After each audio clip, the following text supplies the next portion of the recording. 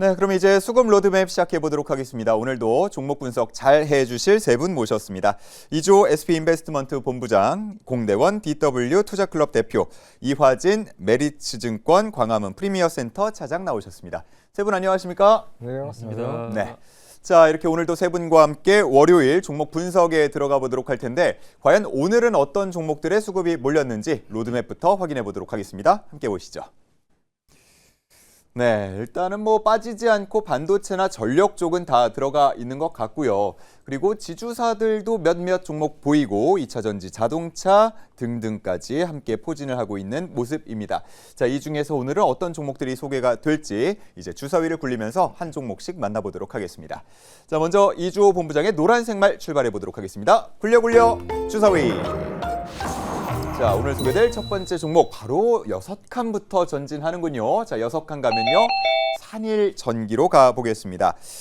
일단 두 자릿수 상승을 보인 오늘 종목인데 10%가 넘게 올랐죠. 하지만 여러 전력주들과는 다르게 아직 신고가 경신은 아닙니다. 추가적인 상승이 나올지 여부가 상당히 궁금한데 어떻게 분석하고 계십니까? 네, 신고가는 조만간 경신을 할 수 있지 않을까 이렇게 생각하고 있고요. 지금 사실 그 3대장이라고 불리는 그 기업들은 초고압 변압기 중심인데 사실 산일전기 같은 경우는 이 신재생 에너지, 그다음에 데이터 센터 특수 변압기 중심 매출입니다. 근데 최근에 신재생 에너지주들이 계속 강세를 보이고 있죠. 그러면서 이제 좀 후발주자로 산일전기가 좀 올라오고 있는 상황인데 사실상 이 특수 변압기가 이제 배전 변압기가 주 매출인데 이게 지금 ESS까지 확장될 가능성이 높다라는 점, 그리고 사실 우리가 알고 있는 그 3대장의 PER이 35배 정도 돼요. 근데 여기는 지금 산일전기는 PER이 23배 정도로 아직은 저평가인데 사실 이슈가 좀 있긴 합니다. 왜냐면 지금 2대 주주의 지분 매각 공시가 나오면서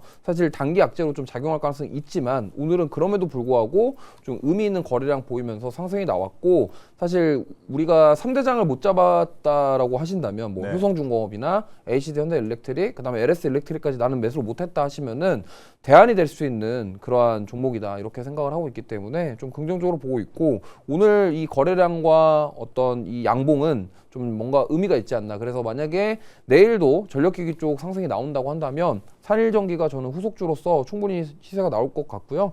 18만 원까지도 충분히 열려 있다 이렇게 접근해 보시면 좋을 것 같습니다. 네, 좋습니다. 말씀을 하신 것처럼 3대장은 많이 오른 것도 오른 거고요. 이제 가격 자체가 두 종목은 황제주를 뛰어넘었고 마지막 또 종목까지도 70만 원대다 보니까 이게 매수하기가 참 쉽지 않다라는 반응들이 많은데 그 이외에 관련 종목들이 굉장히 많고 이렇게 신고가 경신을 노리고 있는 종목들도 있습니다.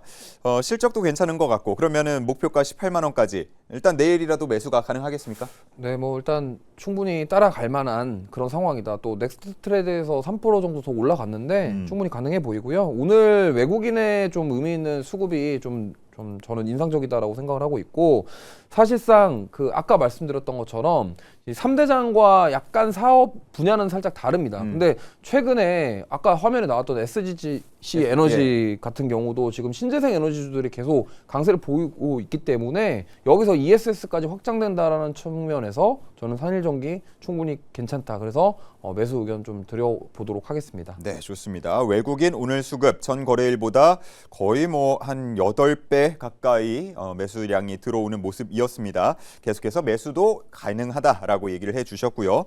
자, 이제 공대원 대표의 초록색 말을 출발해 보도록 하겠습니다. 굴려 주사위. 자, 이번에는 어디로 갈지요? 숫자는 2가 나왔습니다. 2칸 전진해 보겠습니다. 네.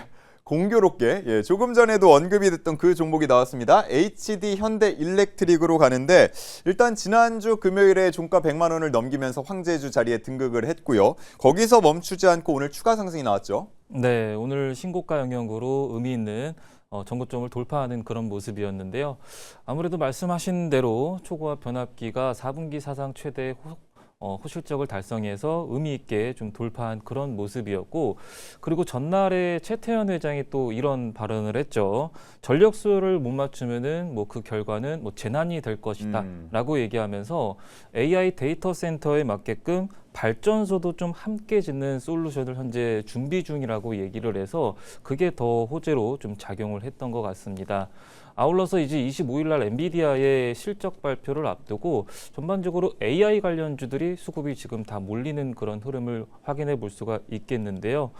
그러면서 외국인의 자금도 좀 쏠리는 그런 모습으로 확인이 됩니다. 네, 말씀을 해주신 것처럼 수급 로드맵이니까 수급을 보게 되면 외국인 그리고 기관까지도 함께 최근 들어서 순매수를 많이 보이고 있는 그런 현황입니다. 자, 하지만 공교롭게 저희가 조금 전에 산일전기 얘기를 하면서 약간은 좀 3대장은 부담스럽지 않냐라는 뉘앙스로 이야기를 하기도 했는데 자, 이제 주가가 106만 7천 원까지 올라섰거든요. HD 현대일렉트릭 지금도 매수 관점 유효합니까? 저는 엔비디아 실적이 좀 변수가 될 수 있을 것이다라고 좀 예상을 하고 있고요. 다만 이제 장기적으로 보면은 매수를 해도 된다라는 의견을 드리도록 하겠습니다. 예. 네, 단기적으로는 뭐 조정이 나올 수가 차익 매물로 인해서 눌림이 나올 수가 있더라도 결국에는 좀 의미 있게 더 추가적으로 상승을 좀 보이지 않을까라고 생각을 하고 있고요. 그 이유는 아무래도 전날 최태원 회장이 발언했던 대기업도 지금 발전소에 투자를 하고 있다는 이유, 그리고 두 번째는 정부 역시 추진하고 있다는 이유고, 세 번째는 빅테크들도 이제 데이터 센터리 증설됨으로써 구조적 성장이 좀 기대되는 전력 기기라고 보시면 될 것 같은데요. 그리고 아울러서 수급 쪽으로도 본다면은 외국인은 현재 지금 1월 23일부터 2월 23일까지 19만 주 정도, 기관 역시 5만 주, 금투 역시 7만 주 정도 지금 지속적으로 좀 매집을 하고 있다는 게 포착이 되고 있고요. 그리고 아울러서 지난달에 한 2,800억 정도 규모로 76만 5천 볼트를 또 초대형 변압기의 수주에 성공한 이력도 있기 때문에 매출 캐파도 좀 퀀텀 점프도 기대가 되는 요소로 긍정적인 요소로 작용하고 있고 기술적 분석으로 본다면은 삼각 수렴 패턴을 좀 눈에 띄게 보이고 있는 상황에서 전 고점 상단 밴드를 좀 의미 있게 돌파한 그런 흐름이라서 추가적인 랠리도 기대해 볼 수가 있겠다라고 판단하고 있습니다. 네, 좋습니다. 전력, 변압기 그리고 넓게 봤을 때 신재생까지 일단은 선발주도 후속주도 다 매수 의견으로 정리를 해 보도록 하겠습니다. 자, 이제 다음 우리 이화진 차장의 빨간색 말을 움직여볼 차례인데 이수페타시스부터 산일전기까지가 나올 수가 있습니다. 이번엔 좀 다른 섹터가 나왔으면 좋겠는데 자, 굴려 주사위 숫자가 몇이 나올까요? 4가 나왔습니다. 4칸 전진해 보겠습니다. LG 이노텍으로 가게 됩니다. LG 이노텍도 역시나 설 연휴 전후로 해서 상승이 자주 나타나고 있는 종목인데 어떤 관점에서 시장에서 주목하는 걸까요? 여러 이제 AI나 이제 로보틱스, 결국 이제 LG 전반적인 그룹 내에서 이제 뭐 수직 계열화에 대한 뭐 밸류체인 이슈가 좀 최근에 좀 부각된 것 같습니다. 그동안 뭐 애플 이슈로 이제 주가가 어느 정도 충분히 좀 선방해왔고, 이제 아이폰 17도 이제 마찬가지겠지만은 특히 올해 같은 경우는 이제 아이폰 18 쪽이죠. 원래 기존에는 이제 BH 카메라 모듈은 기본형의 모델에 들어가고 LG 이노텍 카메라 이제 모듈 같은 경우는 이제 흔히 이제 프리미엄 이제 라인업에 이제 보통 들어가게 됩니다. 특히 아마 다음 달쯤이면 이제 애플도 올해 관련된 라인업을 좀 공개할 것으로 보이고 있는데 뭐 그중에서 폴더블도 있을 거고 뭐 와이드 모델이나 전반적으로 봤을 때 프리미엄 모델들이 굉장히 좀 많아지고 있는 상황이다 보니까 오히려 LG 이노텍과 관련된 기술적인 어느 정도 실적에 대한 기대감이 좀 크지 않을까 싶은데 결국 시장은 지금 내러티브로 아마 부각받는 것 같습니다. LG나 뭐 LG전자, LG CNS 그리고 LG 이노텍 특히나 그 중에서 LG 이노텍이 기존의 휴머노이드 로봇이나 이제 AI 쪽에서 가장 많은 이제 카메라 모듈 쪽으로 들어가고 있는데 특히 올해 하반기가 되면은 특히나 북미 쪽 휴머노이드 로봇사의 납품을 본격적으로 공급할 가능성이 굉장히 좀 높아지고 있는 상황이다 보니까 지금의 이제 주가에 대한 어느 정도 그동안 좀 지지부진했던 모습들이 오히려 상방이 더 열려 있는 모습들이 아닌가 생각을 하고 있습니다. 예, 오늘의 상승으로 조금 전에 말씀하신 것처럼 지지부진했던 혹은 횡보했던 그 구간대로 다시 진입을 하게 되는데 이 관점에서 이 시점에서 매수가 유효할지 아니면 또 이 벽을 넘지 못할지 넘을지 이 부분을 좀 관망하면서 기다려봐야 할지 의견 궁금합니다.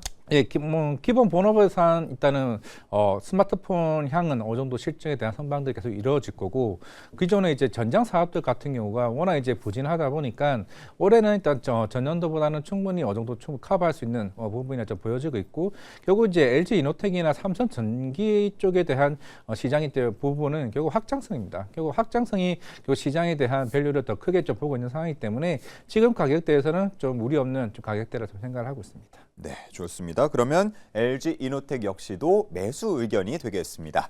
자, 다시 이주호 본부장으로 돌아가 보겠습니다. 현재 산일전기에 위치한 노란색 말을 움직여 보겠습니다. 굴려 주사위. 자, 이번에 소개될 종목은요, 바로 앞에 있는 한국카본으로 가보겠습니다. 한국카본, 우리 시청자분들 중에서 주가 추이를 계속 지켜본 분들이 계신지는 모르겠지만 최근에 다시 한번 탄력을 받으면서 전고점을 살짝 뛰어넘는 흐름을 보여주고 있습니다. 기관 순매수도 꽤 잡히는 것 같더라고요.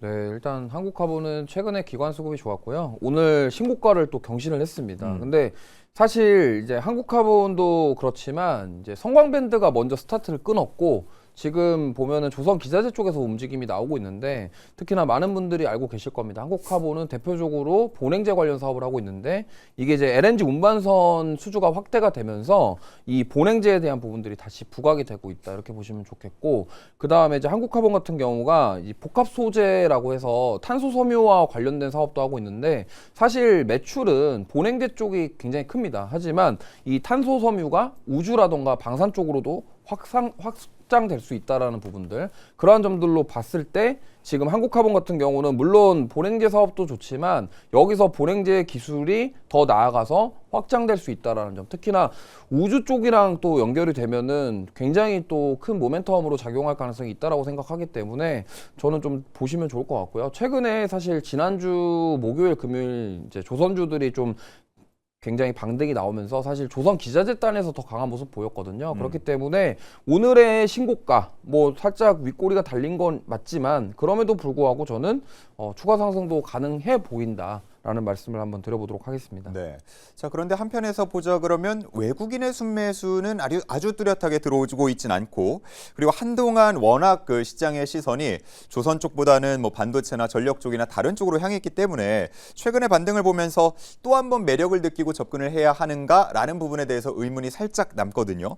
자, 한국카본에 대한 매수와 관망 의견은 어떻게 주시겠습니까? 네, 일단 먼저 매수 의견을 드리고 싶고요. 그다음에 매수 의견 드린 이유는 지금 조선주들의 움직임이 좀 심상치 않습니다. 일단 네, 그리고 사실 계속적으로 지금 뭐 지난주부터 하나오션 같은 경우도 거의 신고가 영역까지 어느새 올라왔거든요. 맞아요. 근데 그 와중에 이제 뭐 성광밴드라던가 지금 조선 기자재단에서도 좀 의미 있는 반등이 나오고 있고요. 그렇다고 한다면 지금 사실 물론 삼성전자, 하이닉스, 뭐 반도체 중심으로 전력기기까지 이어지는 그 AI 그리고 원전까지 더해져서 지금 좋죠. 다 좋은데 지금 조선 같은 경우는 그동안 워낙 좀 소외를 받았었는데 지금 빠르게 회복하는 모습은 저는 추가 시대도 노려볼 수 있다라고 생각을 하고 있고, 특히나 거래량을 보시면은 1월 달에 한번 급등이 나왔다가 지금 또 거래량이 조금씩 늘어나고 있거든요. 그러면서 어느새 또 신고가 영역에 나왔기 때문에 여기서 만약에 다시 한번 거래량이 동반이 된다고 한다면 큰 시세도 한번 노려볼 수 있지 않을까, 이러한 관점으로 보시면 좋겠고, 특히나 이제 지금 코스피도 그렇고 코스닥도 그렇고 이제 기관 투자자들이 수급이 거의 지배하고 있기 때문에 사실 외국인 수급이 안 좋다고 하더라도 지금 계속적으로 지수는 올라가고 있거든요. 그런 관점에서 본다면 오히려 지금 기관 수급이 좋은 이 조선 쪽 섹터 중에 이 한국카본이라는 종목은 좀 긍정적으로 보고 있기 때문에 저는 매수 의견 드리도록 하겠습니다. 네, 좋습니다. 조선, 한국카본 매수 의견으로 정리를 해주셨습니다. 자, 다음은 현대 일렉트릭에 위치한 초록색 말을 움직여 보도록 하겠습니다. 굴려 주사위. 자, 이번에는 어느 섹터에 어떤 종목이 선정이 될지요. 숫자는 6이 나왔습니다. 6칸이면 훌쩍 전진하겠네요. 두산 에너빌리티가 나왔습니다. 오늘 좀 다양하게 나오는 것 같은데 일단 원전 쪽으로 가게 됩니다. 두산 에너빌리티 10만 원 선을 오늘 끝끝내 그래도 지켜냈어요. 네, 10만 2,800원의 종가를 형성했는데요. 에너지 관련주로서 최근에 AI 관련주가 좀 부각받으면서 원전 관련주도 좀 고개를 드는 것 같고, 사실 조선도 그렇고 원전도 그렇고 저의 생각은 결국에는 미국으로 인해서 미국향 때문에 좀 올라가는 게 아닌가라고 생각이 들거든요. 지금 일본이 한 52조 최근의 규모로 대미 투자가 확정 소식이 났고 그에 힘입어서 정부 역시 3월 달 안으로 대미 투자법 입법을 속도를 내고 있는 그런 상황입니다. 그런 상황에서 대미 투자 1호 프로젝트가 원전이나 전력이 될 가능성이 유력 후보로 거론되고 있는 만큼 그러면서 원전이 한 4거래일 연속 오름세를 좀 보여주고 있다라고 생각을 하고 있고요. 아울러서 최근에 트럼프가 연방 대법원에 위법 상호관세가 좀 위법 판결이 나서 지금 현재는 좀 각 나라별로 좀 눈치를 좀 보고 있는 그런 상황으로 보여지고 있는데 저는 개인적으로는 결국에는 한국이 미국과 좀 협력을 하지 않을까라고 예상을 하고 있습니다. 그러면은 결국 원전 관련주들이 좀 수혜를 볼 수 있지 않을까, 자동차들도 반사이익을 보지 않을까라고 전망하고 있습니다. 네, 두산 에너빌리티 아마 오랜 주주분들도 꽤 있으실 것 같고 이전에 항상 10만 원 선에 부딪히면서 다시 한번 조정이 나오는 흐름들을 한두 차례 보였기 때문에 이번 10만 원 웃돌고 있는 주가를 잘 지켜낼 수 있을지 하는 부분에 대한 궁금증이 생기는데 우리 또 시청자분 중에 한 분도 7만 원대에 잘 매수를 했지만 9만 원 선 횡보할 때 또 매도를 했다 이런 이야기도 남겨주고 계시고요. 자, 그러면 지금 10만 원을 넘은 상태에서 과연 지금도 매수가 유효한지 이 의견은 어떻게 주시겠습니까? 저는 매수 의견 드리되 오. 네, 분할 매수로 접근하자라고 의견 드리도록 하겠습니다. 상세히 전해주시죠.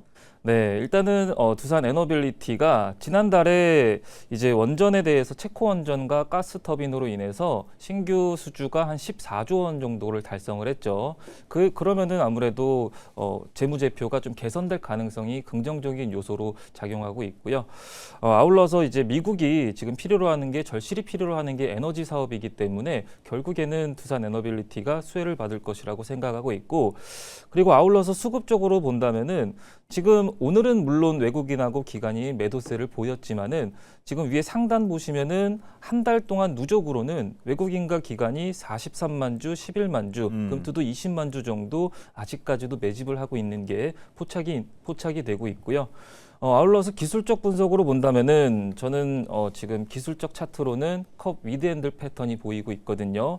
전형적으로 상단 밴드를 돌파하게 된다면은 적극적으로 매수를 해도 되는 그런 부분인데 신규 접근하기에는 좀 부담스러울 수도 있겠다라고 생각이 들어서 이왕이면은 분할 매수로 정고점 부근을 지지라인으로 잡고 대응해 나가시면 될 것 같습니다. 네, 좋습니다. 자세한 투자 전략까지 내어주셨습니다. 자, 다음은 이화진 차장의 빨간색 말을 움직여보도록 하겠습니다. 현재 모서리에 위치해 있는데요. 어디까지 전진할지요? 굴려 주사위 함께 보겠습니다. 자, 이번에는 이번에 역시도 6이 나왔습니다. 6칸 전진해 보겠습니다. 자, 그러면 저 반대편에 있는 알테오젠까지 가게 되는군요. 알테오젠, 그동안 꽤 말도 많고 탈도 많고 했던 종목이 아닐까 싶습니다. 시장의 흐름과는 약간 반대되는 흐름도 일부 보였기 때문에 걱정들도 많이 샀었는데 일단은 주가는 보시는 것처럼 40만 원 선 잘 유지를 하고 있고요. 약간 방향을 다시 상승 쪽으로 돌리는 거 아닌가 하는 차트 흐름이 나타나고 있는데 어떻게 보십니까?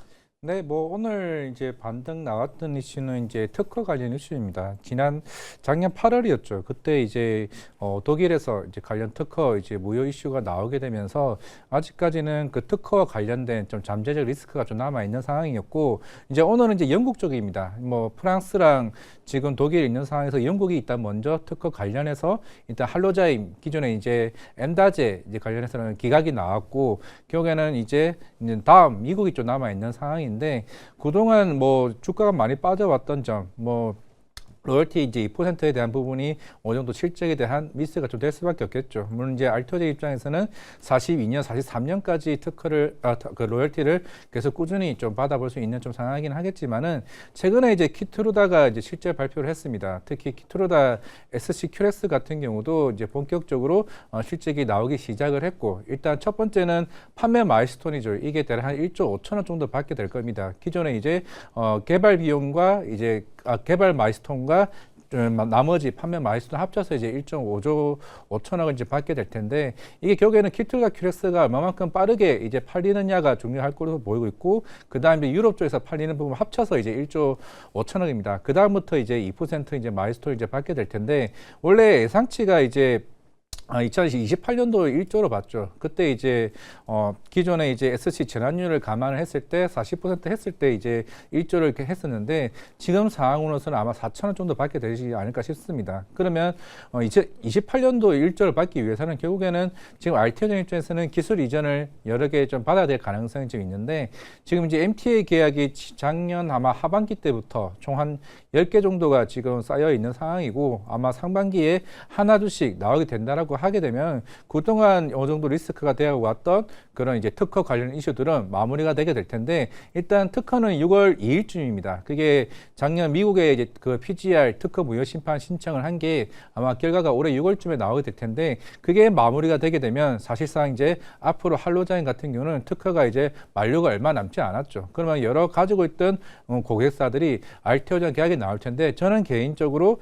BMS가 이제 RTO전과 계약을 맺게 되면은 이게 굉장히 큰 이슈가 될 수밖에 없습니다. 왜냐하면 할로자임의 가장 큰 고객사가 이제 BMS이기 때문에 그렇게 되면 향후에 RTO전의 가치도 굉장히 크게 좀 높아질 수 있다는 점을 감안해 봤을 때 어떻게 보면은 상반기 내 RTO전이 기존에 가졌던 70만 원, 80만 원대 밸류를 받게 되려면은 기술 이전이 좀 빠르게 좀 나와야 되지 않을까 생각을 하고 있습니다. 예. RTO전이 여러 가지 이슈로 30만 원대까지 주가가 떨어졌을 때에도 기관의 순 매수가 계속 잡히고 있었고 최근까지도 이어지고 있는데 그러면 추가 상승 좀 노려보면서 저희도 RTO전의 그 흐름에 탑승해도 되겠습니까? 네, 지금 가격은 무조건 매수라고 말씀드리겠고 오. 왜 자꾸 무조건이라는 얘기를 하냐면은 예. 이게 실업금융투자 엄민영 애널이 이제 5%를 잡았었죠. 그때 이제 처음 잡았을 때가 50만 원대였습니다. 근데 유진투자증권 권혜순 애널은 애초에 로열티 1.8% 잡았을 때 44만 원 리포트를 냈어요. 그 이후에 이제 아스트라제네카 이제 기술 이전이 있었죠. 그리고 에노트 임상 진입이 있었죠. 이거를 같이 복합적으로 하게 되면은 지금 이제 권혜순 애널이 잡은 목표가가 52만 원에서 53만 원대입니다. 그럼 지금 이 40만 원 가격대에서는 지금 밸류상으로도 이제 상방 여력 자체가 일단 20-30% 정도 충분히 여력이 있는 상황이고 워낙 이제 그때 주가가 많이 빠졌을 때 투심에 대한 우려가 좀 있었던 부분은 그런 수급 중의 이슈라도 생각을 하고 있기 때문에 오늘 이제 영국 관련 특허 이슈 나왔었고 조만간 이제 기술 이전에 대한 기대감 그리고 이제 예전에 2029년인가 20년쯤에 기술 이전했던 이제 비공개 회사가 있는데 그게 산오피 듀퓨전트입니다. 그게 만약에 이제 독점 계약으로 전환하게 되게 되면 오히려 RTO전의 가치는 이제 단계별로 올라갈 가능성이 있기 때문에 지금 가격은 무난하게 좀 매수하셔도 괜찮다 말씀드리겠습니다. 네, 좋습니다. 매수 의견 주셨고요. 사실 RTO전에 여러 가지 이슈들이 발생하면서 전반적으로 그 기운들이 바이오 쪽에 많이 퍼졌었습니다. 그러다 보니까 시장이 좀 잘 갈 때에도 바이오가 유독 약간은 뒤처진 듯한 그런 모습들도 보였었는데 그러다 보니 최근의 흐름을 보면서 우리 시청자분들도 바이오 시동 건 게 맞았으면 좋겠네요. 이런 의견도 주고 계세요. 저희가 앞서서 애프터마켓 시장 정리하면서 G2G 바이오 소식도 좀 전했었는데 우리 이화진 차장이 G2G 바이오에 대한 또 설명을 해주신 적도 있다 보니까 이 이슈도 같이 살짝 짧게 좀 짚어주셨으면 좋겠습니다. 유증 소식이 들려왔는데 3자 배정 소식이다 보니까 애프터마켓에서 급등 마감이 됐습니다. 네, 일단은 뭐 그전에 이제 CPS 물량이나 이제 CB 물량인데 이제 바이오를 투자를 할 때 유상증자가 무조건 나쁜 건 아닙니다. 만약에 운영 자금 목적이면은 100%면은 이거는 어느 정도 리스크가 있는 상황이지만은 결국 시설 목적 투자죠. 결국에는 GMP 공장을 이제 증설하는 영향이 있다라는 거는 그만큼 이제 추후에 좀 기술 이전에 대한 기본 계약이 좀 남아 있다는 상황이고 아마 G2G 바이오를 아마 투자하신 분들은 아시겠지만 1월달에 공장 실사가 있었습니다. 이게 물론 알츠하이머 쪽일 수도 있고 비만 치료제 쪽일 수 있긴 하겠지만은 뭐 오늘도 노보노디스크가 관련 인상 실패 이슈가 있는 상황에서 일단은 노보노디스크가 2023년도에 이제 장기 이제 그 공동 평가 계약을 맺었던 만큼 1년 5개월입니다. 1년 5개월이 지나면 본 계약이 좀 임박한 상황이기 때문에 1월달에 그 JP모건 헬스케어 이후에 이제 당시 이제 그 CFO가 얘기했던 만큼 한국에 있는 기업과 관련된 뭐 M&A나 빅딜 관련 이슈가 좀 있었던 상황이기 때문에 저는 개인적으로 이제 이번 1분기 이내에 기술 이전 나올 가능성이 크고 만약에 다음 달에 코스닥 대형주에 편입되게 된다라고 하게 되면 패시브 자금까지 유입이 될 가능성이 좀 있는 상황이기 때문에 아마 추가적인 상승 여력은 충분히 있다라고 말씀드리겠습니다. 네, 좋습니다. 애프터마켓에서 급등한 G2G 바이오 과연 내일 정규장 출발 어떨지 상당히 관심이 쏠립니다. 자, 그럼 이제 한 종목씩 남겨두게 됐는데요. 이주호 본부장의 노란색 말 다시 한번 출발해 보도록 하겠습니다. 굴려굴려 주사위. 이주호 본부장이 소개할 오늘의 마지막 종목이 되겠습니다. 숫자는 4가 나왔습니다. 에코프로로 가는군요. 자, 에코프로도 이제 급등 이후에 좀 종잡을 수 없는 움직임을 보이다 보니까 이게 지금 매수를 해야 될지 아니면 이번 시세는 또 여기서 끝난 건지 여러 가지 얘기들이 나오고 있습니다. 에코프로 어떻게 보고 계신지 궁금해요. 네, 뭐 시청자분들도 그렇고 많은 투자자분들이 고민하시는 종목이 또 아닐까 이렇게 생각을 합니다. 근데 지금 에코프로가 많이 올라왔죠. 올해만 해도 많이 올라왔고 사실 작년 10월부터 굉장히 가파르게 상승세가 이어지고 있는데 일단 지금 에코프로의 주가 상승 배경 자체가 EV에 대한 것보다도 뭐 ESS라던가 이제 로봇에 대한 사업 확장에 대한 기대감이 컸다. 그리고 이제 코스닥 지수 올라가면서 수급적인 부분에 따른 시세가 나온 거 아니냐 이런 얘기들이 많이 있습니다. 실제적으로 지금 보시면은 1월 22일부터 상승이 나왔을 때 이때 코스닥이 굉장히 많이 올라갔죠. 그러니까 코스닥이 올라가면서 ETF 자금 들어오면서 지금 에코프로가 끌어올려진 게 아니냐라는 얘기들도 많이 있습니다. 근데 실제적으로 에코프로와 BM을 잘 보시면은 물론 뭐 실적이 개선된 부분이 있죠. 근데 뭐 업황이 아직 완전히 개선됐다 이렇게 보긴 좀 이르다라고 생각하고 있고 물론 이제 ESS라던가 로봇 쪽으로도 확장이 되면은 좋겠지만 지금 그게 뭐 당장에 뭐가 개선이 돼가지고 재무적으로 뭔가 바뀌는 부분은 아니라고 생각하기 때문에 일단은 수급적인 부분에 의해서 영향을 받아가지고 올라왔다라고 생각을 해보면 지금 펀더멘탈 개선에 대한 부분들은 조금 확인해봐야 되지 않을까 이렇게 생각을 하고 있기 때문에 이 점을 참 참고하시면서 대응해보시면 어떨까 이렇게 생각하고 있습니다. 네. 자, 그래도 최근의 상승으로 인해서 조금 전에 소개를 했던 알테오젠의 자리를 뒤엎고 현재 코스닥 시가총액 1위 자리를 차지하고 있는 에코프로입니다. 자, 그러면 일단 수급적으로 보더라도 외국인 수급이 살짝 좀 불안한 모습들도 있는데 우리는 매수와 관망 중에서 어떤 전략을 취해야 됩니까? 네, 저는 일단 관망 의견 드리겠습니다. 그 배경에는 일단 뭐 종목 개별 종목 투자하시는 분들은 뭐 시장 방향에 상관없이 좀 강한 종목군들을 많이 투자를 하실 건데 지금 에코프로가 코스닥 지수의 영향을 굉장히 많이 받아요. 무슨 말이냐면 코스닥 지수가 빠지면은 하락하고 뭐 지수가 상승하면 올라가고 이러한 형태를 보이고 있어서 사실 지금 에코프로를 투자하는 게 어떻게 보면 코스닥에 투자하는 거랑 거의 유사하거든요. 그러다 보면은 사실은 그러면 제 생각에는 에코프로에 투자할 바에 지금 차라리 코덱스 150이 낫겠다 이런 생각도 들 정도예요. 그래서 아까 말씀드린 것처럼 지금 에코프로가 어쨌든 뭐 기업의 펀더멘탈이라던가 뭐 실적이라던가 이런 것들 때문에 가기보다도 지수의 영향을 많이 받기 때문에 그렇다면 지금 굳이 우리가 내일 지수가 올라갈까 말까에 대해서 베팅을 하는 건 굉장히 어렵지 않습니까? 그렇기 때문에 그러면 차라리 에코프로에 직접적으로 투자하시기보다 만약에 지수에 대한 방향성을 노린다면 ETF로 투자하시는 게 낫다라고 생각을 하고 있고 그렇기 때문에 그러한 관점에서 오히려 저는 관망 의견을 좀 드리고 싶고 직접적으로 에코프로에 투자하시기보다 만약에 지수를 보고 투자를 하실 거면은 이제 ETF가 낫겠고 그 외에 좀 다른 쪽을 저는 공략해 보시는 게 오히려 좋지 않을까 이런 생각에 관망 의견을 좀 드려봤습니다. 네. 2,000스닥, 3,000스닥 이제 도달 여부들도 많이 관심을 갖고 지켜보시게 될 텐데 거기까지 갈 때 주역이 누가 될지는 아무도 알 수가 없습니다. 뭐 반도체 소부장이 될지 2차 전지가 될지 바이오가 될지 뭐 로봇이 될지요. 그런 거를 구분해서 투자하기가 좀 어렵다. 혹은 나는 두루두루 보고 싶다라고 하신다면 지수 쪽에 투자하는 게 에코프로보다는 조금 더 나을 수도 있다라는 의견을 주시면서 관망 의견으로 제시를 해주셨습니다. 자, 다음은 공 대표의 초록색 말을 움직여보도록 하겠습니다. 굴려 주사위. 자, 공대원 대표 오늘 마지막 종목 오늘은 숫자 6이 자주 나옵니다. 6칸 전진해 보겠습니다. 한화생명으로 가게 되네요. 한화생명 지난주 금요일에 기억하시는지 모르겠지만 상한가 마감이 되면서 과연 오늘장 어떤 움직임을 보일 것인가 많은 분들이 주목했는데 장중에 꽤 많이 올랐거든요. 15% 정도. 그런데 결과적으로 마감은 마이너스 9.55%였습니다. 네, 아쉽게도 좀 흘러내리는 그런 모습을 좀 보였는데요. 그동안의 3차 이제 상법 개정안 통과 기대감 때문에 증권주라든지 혹은 보험, 혹은 뭐 지주사 관련주들이 죄다 좀 시장을 좀 주도하는 그런 모습을 보였고 통과가 되면서 재료 소멸로 이루어지더니 그러면서 마이너스 9% 정도 좀 눌리는 그런 모습을 좀 보였던 것 같습니다. 아울러서 작 마감하고 나서 작년에 이제 실적이 나왔는데 당기순이익이 8,300억 정도로 나오면서 전년 대비 한 3.4% 정도가 감소하는 그런 흐름이 기록이 발표가 돼서 이게 좀 투자 심리가 좀 위축되는 그런 요인이 되지 않았을까라고 예상을 해볼 수가 있겠고요. 지금 현재로서는 이격도도 많이 벌어져 있는 그런 상황이라서 지금 현재는 관망으로 대응해 나가시면 좋을 것 같습니다. 네, 좋습니다. 하지만 또 3법 개정안의 법사위 통과 소식 들려왔고 거의 이제 뭐 수순으로 본회의 통과까지 이어질 것으로 보이다 보니까 여러 가지 기대감을 갖는 분들도 분명히 계실 것 같은데요.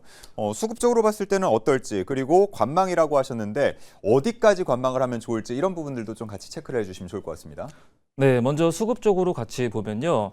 일단 수급적으로는 한 달 누적 순매수가 개인만 지금 7만 6천 주 정도 매수를 하고 있는 그런 모습이고, 외국인과 기관은 금투, 보험, 투신 등은 지금 순매도를 지금 한 달 내내 하고 있는 그런 상황이라서 결국 개인이 지금 매집하고 있는 모습이 포착되고 있고요.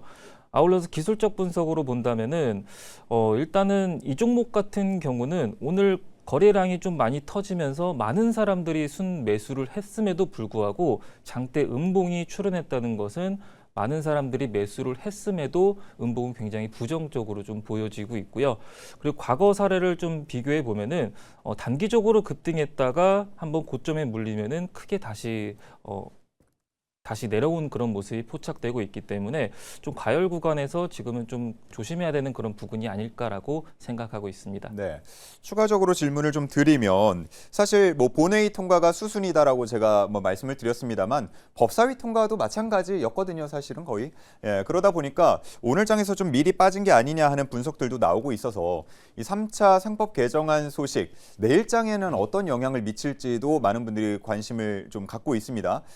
이게 탄력을 받아서 관련된 종목들이 좀 올라갈지 아니면 역시나 세론으로 조금 더 빠지게 될지, 그동안 많이 오르긴 했었으니까요. 어떻게 전망하세요? 예, 안 그래도 저도 확인을 하고 나서 다른 이제 자사주 비중이 높은 부국증권이나 뭐 다른 증권주들을 좀 보면은 애프터마켓에서 좀 움직임이 좀 나와줬어야 됐다라고 생각을 하거든요. 예.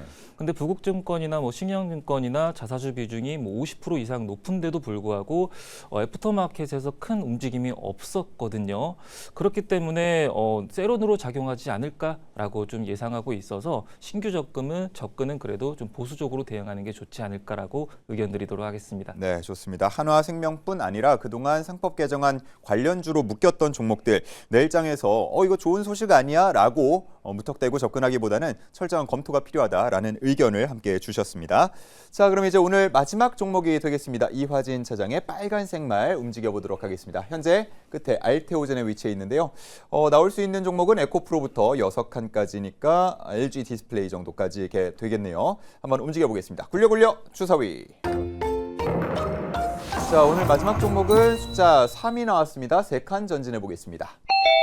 자, 현대차로 가게 됩니다.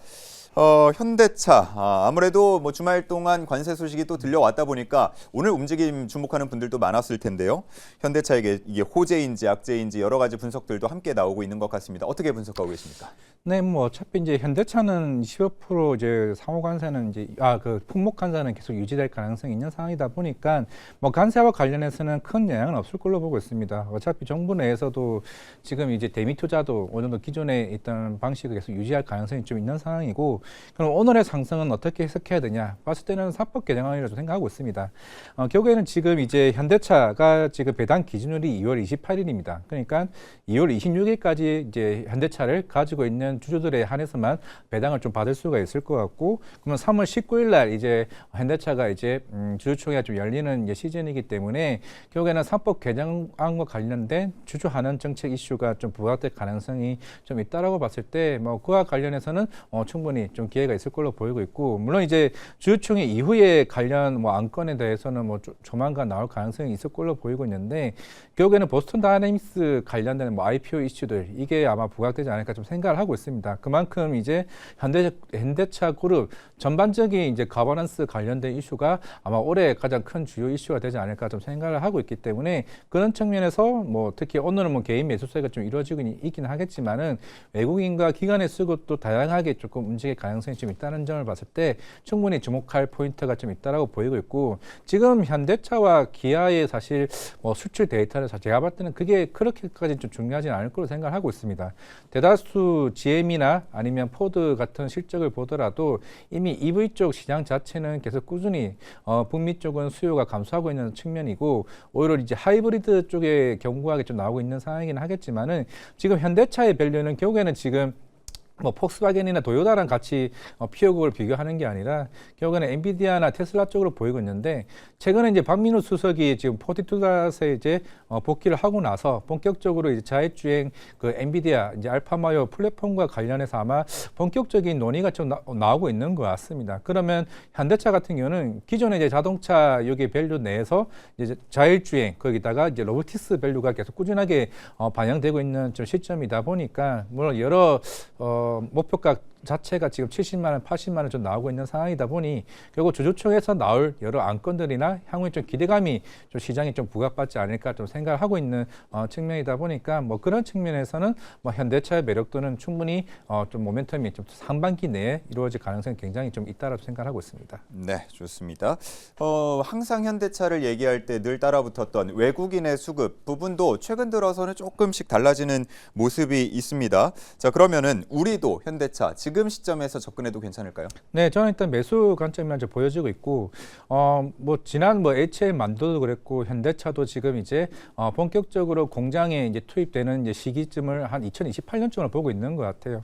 그럼 만약에 보스턴 다이내믹스 IPO를 통해서 이제 정의선 회장이 이제 자금을 빠르게 좀 확보해 된다라고 하게 되면은 결국에 지금 현대차를 보고 있는 밸류 자체가 우리가 28년이든 2030년이든 그에 따른 이제 원가 절감에 따라서 영업이익에 대한 마진에 대한 효과를 시장에서 계속 꾸준히 보고 있는 상황이다 보니까, 만약에 올해 이제 유니티 로봇이 IPO를 통해서 시장에 나오거나 아니면 이제 2분기 때부터 이제 옵티머스 로봇이 본격적으로 양산 시점에 들어간다라고 하게 되면, 오히려 테슬라나 이 그 유니티 로봇의 그 IPO 가치에 따라서 현대차 가치 피어급으로 같이 반영될 가능성이 굉장히 빠르게 좀 높다라고 보게 되면은, 제가 볼 때는 50만 원, 60만 원 아래대에서는 충분히 좀 매력 있는 가격대로 좀 오지 않았을까라고 생각을 하고 있습니다. 네, 좋습니다. 현대차에 대해서는 매수 의견으로 정리를 해주셨습니다.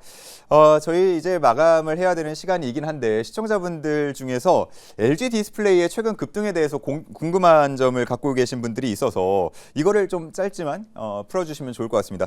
우리 이주호 본부장님 혹시 좀 보고 계신지 모르겠는데, 네. 최근에 뭐 피지컬 AI 얘기도 나오고요. 급등을 보이고 있어서 이 종목 어떻게 분석하고 계신지 궁금해요. 네, 일단 LG 디스플레이가 지금 마이크로 LED랑 OLED 관련해서 지금 로봇뿐만이 아니라 이제 AI 디바이스로 확장된다라는 기대감이 지금 주가에 반영되고 있는 것 같고요. 그리고 LG 그룹주들이 전반적으로 지금 좋은 흐름 나오고 있는 게 영향을 받는 것 같습니다. 특히나 LG전자 같은 경우는 가정용 로봇과 관련된 쪽으로 승부를 보려고 하기 때문에 아무래도 LG 디스플레이의 이 디스플레이가 결국에는 그쪽에 투입이 될 것이다라는 점에서 지금 기대감 속에서 상승이 나오는 것 같고요.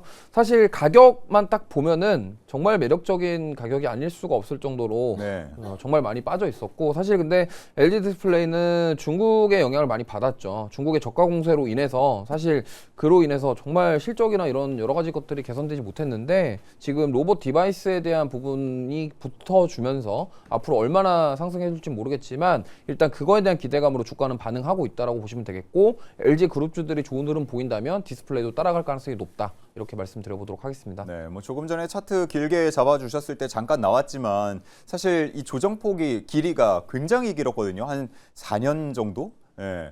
그래서 최근에 이런 반등을 보면서 매수를 해도 될지라는 의문을 갖는다면, 뭐 이것도 보너스로 매수와 관망 중에서 어떤 의견 주시겠습니까? 이건 중장기로 보시면은 매수 의견인데, 단기로 뭔가 좀 본다라고 하면은 사실 지금 좀 많이 올랐거든요.